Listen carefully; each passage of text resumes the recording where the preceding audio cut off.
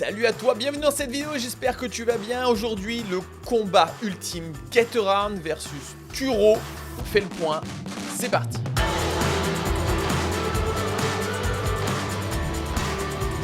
Getaround et Turo sont les deux plateformes les plus grosses sur la location de voitures entre particuliers. Jusqu'à aujourd'hui, Getaround avait vraiment un avantage au terme de l'automatisation, ce qui pour moi est indispensable. C'est-à-dire que si on ne veut pas devenir loueur de voitures et qu'on veut bien utiliser la location de voitures entre particuliers comme un investissement et qu'on a envie d'être chez soi, que les voitures soient louées toutes seules, qu'on ait besoin de ne rien faire, jusqu'à aujourd'hui, Getaround avait largement de l'avance. Maintenant, on va voir un petit peu, il y a eu pas mal de changements sur ces derniers mois et je voudrais te partager justement ça dans cette vidéo. Je vais utiliser pas mal d'images, de supports et donc on va voir ça à travers un petit peu toutes les choses. Donc, parlons déjà de la première plateforme, on va aller là. Première plateforme, Getaround, donc Getaround location de voitures entre particuliers. On va aller sur un petit peu ce qu'ils font. Ils ont environ 75 000 véhicules sur leur application. Et le truc qui est très sympa, c'est qu'on peut louer en installant un boîtier Connect à l'intérieur du véhicule qui permet de ne plus devoir être là au moment où la location de voiture est faite. Tout se fait à travers le téléphone portable du locataire. Nous, on n'est quasi même pas au courant quand la voiture est louée. Elle peut être louée même pendant 1 heure ou 2. Elle peut être louée pendant 1 mois. Tout se fait sur l'application. Tout ce qu'on a à faire, c'est demander à la plateforme d'installer un boîtier Connect à l'intérieur du véhicule. Donc, c'est eux qui viennent, ils te l'installent. Et puis, voilà, fin de l'histoire. Tu as un véhicule qui te rapporte de l'argent très régulièrement. Par contre, si tu n'as pas le boîtier Connect, il va falloir toi donner les clés. C'est un système beaucoup plus difficile d'automatiser sans le boîtier Connect. Ils essayent de mettre en avant en fait ce système-là. Donc, il faut que tu sois là pour donner les clés au propriétaire si tu n'as pas le boîtier Connect. En tout cas, si tu veux être assuré de manière vraiment sécurité, puisque les sites de location de voitures entre particuliers ont une assurance de substitution à 100%, tout risque, ce qui fait que quand ta voiture elle est louée par quelqu'un, le temps de la location, tu es entièrement couvert. À partir du moment où tu as fait les choses correctement. Donc les choses correctement, c'est à partir du moment où tu as fait tout dans les règles de l'art. Et donc évidemment, pour ça, il faut que tu aies fait le checking correctement. Donc soit avec le boîtier Connect, soit sans le boîtier Connect. Mais toi qui y vas. Et à côté de ça, on a Turo. Turo, c'est une grosse entreprise américaine. Alors Getaround aussi d'ailleurs, ce sont deux grosses entreprises américaines. Mais Turo est le leader mondial de la location de voitures entre particuliers. Il a racheté Wecar et Getaround a racheté Drivey. La différence de Turo, c'est que c'est moins automatisé, a priori. A priori, c'est moins automatisé, il faut être un petit peu plus derrière. Par contre, il y a beaucoup plus de volume. On va le voir un peu plus loin dans cette vidéo. Turo a 350 000 véhicules. Getaround a 75 000 véhicules. Donc, il y a quand même, là, tu vois, on parle de quelque chose, ça fait quoi? 5 fois plus? Donc, c'est quand même beaucoup plus gros. Ils mènent un combat. Alors là, c'est de la supposition. Ça ne va pas être basé sur des chiffres, c'est de la supposition personnelle. Ils mènent un combat marketing ville par ville. C'est-à-dire qu'il y a un budget publicitaire qui est alloué à Getaround, il y a un budget publicitaire qui est alloué à Turo et ils vont se battre sur des villes. Et là, je le fais en tant que moi-même marketeur, si l'on peut dire, ou en tout cas moi-même un peu dans ce business en ligne. Et effectivement, tu peux cibler des gens dans certaines villes. Et c'est pour ça qu'encore aujourd'hui, Getaround est largement au-dessus de Turo. Et dans d'autres villes, Turo est largement au-dessus de Getaround. Parce que ça reste des marchés locaux. Si je te prends l'exemple de ma ville perso, qui est donc hier dans le sud de la France, avant je ne louais que sur Getaround et très peu à l'époque c'était Wecar. Puis Turo a racheté Wecar. Ça a été, on va dire, 60% Getaround et 40% Turo. Et aujourd'hui, en 2025, je n'ai loué quasiment que sur Turo et quasiment pas du tout sur Getaround. Donc, il y a une bataille qui se fait. Et quand je demande à mon entourage, aux gens que j'ai suivis dans les formations, aux gens qui se sont lancés, ben, il y en a, ça marche beaucoup mieux GetAround et il y en a, ça marche beaucoup mieux Turo. Donc il y a une bataille qui se fait, mais on va quand même aller voir en avant un petit peu. Donc Turo, le désavantage qu'il a, c'est qu'il n'a pas ce boîtier Connect aussi efficace que le boîtier GetAround. Quoique, il a sorti cette année un boîtier Connect. Le problème, c'est que c'est que sur des voitures très récentes. Mais par contre, c'est le même système. À l'avenir, on verra. Par contre, tu vas voir qu'il y a vraiment une vraie facilité de louer sur Turo par rapport à GetAround. Tout type de véhicule. On va voir un peu comment ça se passe après. GetAround met fin à son service d'autopartage aux USA. GetAround a fait entièrement faillite aux États-Unis. Et on va essayer de comprendre quelle était la problématique. Ce qui est intéressant, ce qui est assez fou, donc là on a un article de innovation.fr. En gros, il nous dit que GetAround a cartonné au début. Ils ont levé quand même 750 millions de dollars, donc ce pas des petites boîtes. Ils ont utilisé 300 millions de dollars pour racheter Drivey, qui était donc en France. Et puis ils sont rentrés en bourse américaine. Et depuis qu'ils sont rentrés en bourse américaine, ils n'ont fait que chuter. Et qu'est-ce qu'on nous a dit? C'est ça qui était assez fou. Il y avait un article. Attends, je te le retrouve. Les clients américains priaient de rendre les véhicules. Dans un email envoyé à ses utilisateurs américains, GetAround les enjoint à ramener les véhicules loués avant mercredi soir sous peine de ne plus être couverts par l'assurance et d'être tenus comme responsables d'éventuels dommages. C'est-à-dire qu'ils ont vraiment arrêté. C'est genre, boum, allez, on arrête. On appelle tout le monde. Les mecs, ramenez les véhicules, c'est fini. Donc, GetAround a fait faillite aux États-Unis.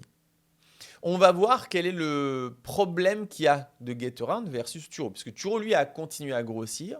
Et en fait, GetAround, étant donné qu'ils ont voulu mettre vraiment en avant le boîtier Connect, ils ont eu des problèmes de délivrabilité. Le temps d'exécution entre le moment où tu mets ton véhicule et le moment où le technicien vient t'installer le boîtier Connect était beaucoup trop long.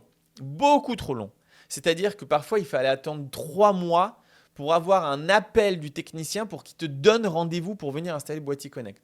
Donc, impossible. On ne peut pas monter un business comme ça. Et en attendant, tu devais louer ta voiture, toi, en te déplaçant à chaque fois ou pas du tout la louer. Donc, un vrai problème. Donc, GetAround aux États-Unis a fait faillite. Ils sont toujours en Europe, mais je t'avoue que du coup, ils se sont dit, oulala, attention, il va falloir qu'on ne fasse pas la même erreur qu'aux États-Unis. L'erreur qu'ils ont fait aux États-Unis, c'est que GetAround payait le boîtier Connect. Donc jusqu'à maintenant, le boîtier Connect était gratuit. Et puis, ils ont fait faillite, donc il fallait payer le technicien. Il y avait un grand temps d'attente d'exécution. Donc c'était beaucoup de trésorerie mis en avant. Et puis finalement, en Europe, ils se sont dit, oulala, on va faire payer les utilisateurs pour installer le boîtier Connect. Donc, depuis cette année, non seulement il faut le payer, mais en plus, c'est que dans quelques villes, que ce soit l'installation et même le fait de louer. Ils annoncent sur leur site que si tu installes le boîtier Connect dans une ville et que tu te déplaces dans une autre, tu n'as pas le droit de le faire et donc, typiquement, ils vont te déconnecter le Connect. J'y crois pas trop puisqu'ils ont déjà engagé les frais. Mais voilà, en gros, le boîtier Connect GetAround a mis fin à l'aventure aux États-Unis, entre autres, parce que il y a aussi Wall Street qui a pari à la baisse, donc ça joue énormément. Mais ils se sont quand même plantés à cause de ce business model. D'accord ? Ici, on a un article américain qui explique justement pourquoi Turo est le grand gagnant contre Zipcar et GetAround aux États-Unis. Alors, c'est en anglais, c'est assez long. Je me suis permis d'utiliser ChatGPT pour nous faire une petite traduction et surtout pour nous faire un point rapide de compréhension. Turo n'a pas seulement survécu à ses concurrents, il les a démantelés grâce à une stratégie basée sur la demande internationale. Ça, c'est le premier point. C'est vrai que quand tu as ton compte Turo, tu peux louer n'importe où dans le monde. Et donc, quand tu te déplaces, là, je pars au Canada, je prends mon compte Turo et je commande des véhicules au Canada. Avant même d'être au Canada, je commence à commander. GetAround n'avait pas cette stratégie-là. Et donc, il n'y avait pas cette connexion internationale. Donc, on a, on va dire, potentiellement plus de clients. Ensuite, on a l'expansion menée par les propriétaires des véhicules. Et c'est un peu la même chose, et une croissance hautement scalable. Pourquoi ? Parce que Turo s'est dit, je vais faire de la location de voitures entre particuliers comme Airbnb. Ce que Getaround, alors Zipcar je ne connais pas, mais ce que Getaround n'a pas fait. Getaround a un business model qui dit, on va mettre tous nos véhicules en connect. Donc il va y avoir un boîtier électronique. À l'intérieur de ce boîtier électronique, ça va relever le nombre de carburant, le nombre de kilomètres. Le mec va faire le checking, il va faire le check-out, tout va être automatisé. Ce qui est génial, hein. Attention, c'est génial, mais le problème, c'est la délivrabilité. L'expansion, c'est-à-dire que quand tu as un véhicule et qu'il te faut 3-4 mois pour installer le système, tu te dis, bah, je vais attendre avant d'en acheter 20 en fait, des véhicules. Alors que Turo, ils sont partis sur un truc très simple. Très simple. Mais les voitures vont devenir des Airbnb. Et je vais te montrer comment ça fonctionne concrètement avec ça. Donc le kill move, ou plutôt les kill moves de Turo, donc ciblage de tourisme internationaux, des pubs avant même leur arrivée aux USA. Et c'est vrai, hein, c'est-à-dire que moi j'ai pris mes billets d'avion pour le Canada, je vais commencer à regarder, je sais que je vais me faire harceler de pubs Turo en mode loue une voiture au Canada. Donc avant même que j'y aille. Expansion menée par les autres, donc le support rapide, outils automatisés, relations partenaires, effet viral naturel via les réseaux sociaux et contenus communautaires.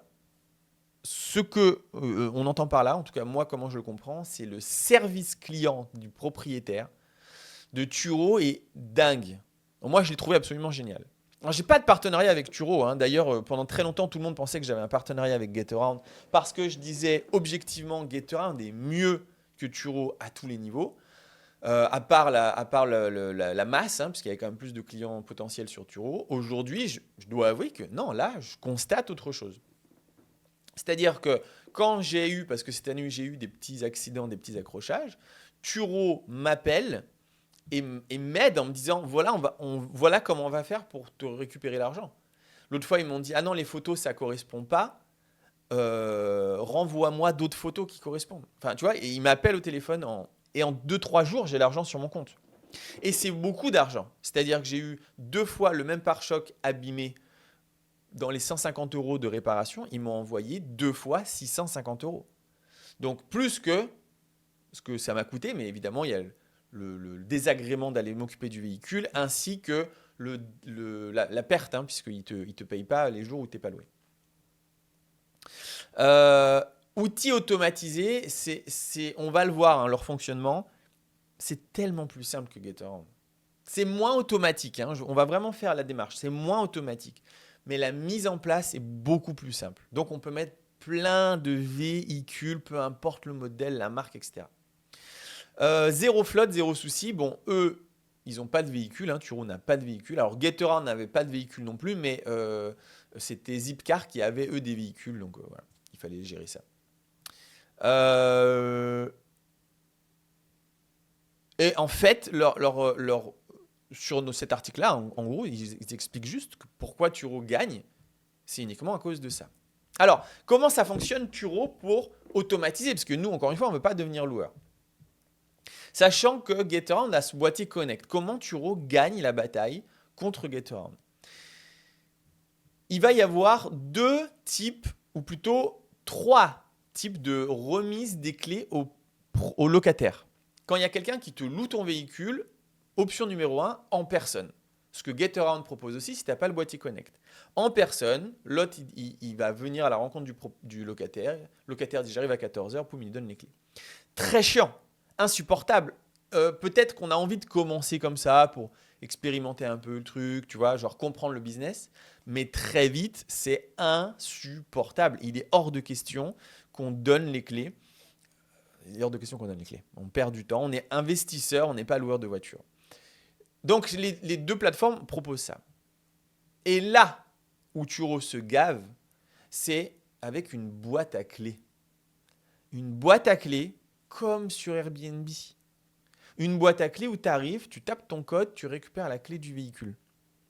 Votre hôte vous envoie le code de la boîte pour que vous puissiez récupérer la clé. Poum. Aussi simple que ça. Ce que Getaround ne fait pas. Et t'invite à ne surtout pas le faire. Parce que la façon dont c'est fait, tu auras probablement des problèmes d'assurance. Ou bien via l'application. Votre hôte déverrouille la voiture à distance avec l'application du constructeur automobile. C'est-à-dire que là, on ne parle toujours pas du boîtier Connect Turo, on parle de la possibilité d'ouvrir la voiture à distance avec un boîtier qui serait installé dans le véhicule loué sur Turo, mais qui n'est pas le Go Turo. Aux États-Unis, ils ont le Go Turo. En France, c'est pas encore arrivé. Ils ont un partenariat avec, j'ai plus le nom. Je crois que c'est iKeys, mais c'est que sur des véhicules vraiment hyper récents, quoi. Donc, ce qui veut dire qu'en termes d'automatisation, on va voir le processus. C'est moins automatique que GetAround parce que, tu vois, votre hôte vous envoie le code. Votre hôte déverrouille la voiture. C'est-à-dire que l'hôte, il fait quelque chose à un instant donné. Quand le mec est devant le véhicule, il prend son téléphone, il déverrouille ou il donne l'accès. Et ça, il n'y a pas sur GetAround. GetAround, le mec, il y a tout en fait dans le boîtier. Il y a un GPS, il fait le checking, il ouvre la voiture avec son boîtier, avec son téléphone portable. Tout est automatique. Avec Turo, il n'y a pas ça. Ou très peu, qu'avec des véhicules vraiment très récents qui ne sont pas... Ce n'est pas notre business model de faire des véhicules très récents. GetAround, donc, eux, c'est vraiment très stylé. Hein. C'est-à-dire, tu installes ton boîtier Connect et ensuite, tu es mis en avant sur la plateforme parce que tu as ton boîtier Connect. Tu gagnes du temps, il n'y a pas d'échange de clés, pas de déplacement. Les locataires sont autonomes et tout se passe dans l'application. État des lieux systématique. Les photos sont obligatoires à chaque début et fin de location. Ajustement automatique, si le locataire roule plus que prévu, qu'il oublie de faire le plein, les paiements sont automatiquement gérés par l'appli. Franchement, ça tue. Le problème, délivrabilité. Maintenant, vu qu'ils ont fait faillite aux États-Unis, en France, ils te disent « Ah oui, mais attention, ça marche que dans certains endroits. » Et même dans la même ville, il peut y avoir des endroits où ça marche, des endroits où ça ne marche pas. Genre, c'est tout prévu d'avance. Donc, c'est génial, mais ils ont eu un problème de délivrabilité conséquent. Et du coup, il y a un vrai problème. Et d'ailleurs, étant donné qu'ils font attention à leur budget, tu vois, installation simpliciste, nous installons votre véhicule boîtier Connect en moins de 2 heures. Ouais, en général, c'est en 1 heure. Et en fait, ils ont un système de sélection de véhicules où ça va vite d'installer le boîtier. Et tous les boîtiers où c'est long à installer parce qu'en fait, tous les véhicules sont automatisables, ils ne sont pas éligibles parce que c'est trop long, donc ça coûte trop cher. Alors, on va se dire, ok, et qu'est-ce qu'il y a comme autre solution en boîtier Connect, on va dire indépendant. j'en ai sélectionné un, je ne le connais pas, il y en a plein qui existent. Peut-être même que lui, il n'existe plus parce qu'il parle de WeCar et Drivey. Donc, c'est vieux. Hein, c'est un vieux. J'ai fait exprès de prendre un vieux juste pour vous montrer que. Mais en gros, il y a plein, vous tapez sur Google, il y a plein de boîtiers Connect indépendants où les gens vont installer. C'est payant, attention. Hein, tu vas payer le technicien environ 150 €. Tu vas acheter le boîtier définitivement environ 100 €. Et ensuite, tu as un boîtier Connect dans ta voiture. Tu vas pouvoir ouvrir et verrouiller, déverrouiller ton véhicule à distance, voir le niveau de carburant à distance. Alors, ce n'est pas connecté directement à l'API de Turo parce que la Turo ne donne pas son API, mais c'est accessible à distance. Tu n'as plus besoin d'être là. Et des boîtiers Connect, il y en a plein. Donc, tu peux opter pour ce système de boîtier Connect.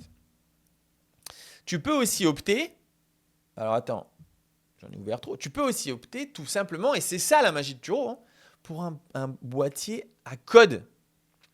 Il y a des systèmes qui sont faits exprès pour les voitures. Je t'en ai sélectionné un. Donc, tu le mets directement sur la fenêtre du véhicule. Est-ce qu'il y en a d'autres ? Il peut y avoir des systèmes. Alors, ça, c'est pour le camping-car. Voilà, ça, c'est fait pour la voiture. C'est ce qu'on vient de voir. Il peut y avoir... Moi, j'ai un petit cadenas. Alors, attends, il peut y avoir ce système-là, hein, c'est vraiment très Airbnb. Très, très Airbnb. Oui, mais c'est ça le truc. C'est qu'en fait, en 1 heure, c'est réglé. Même pas. Tu prends la voiture, tu achètes ton boîtier, poum, c'est entre guillemets automatisé. Et c'est pour ça que Turo avance. Donc, quel est le fonctionnement sur Turo ?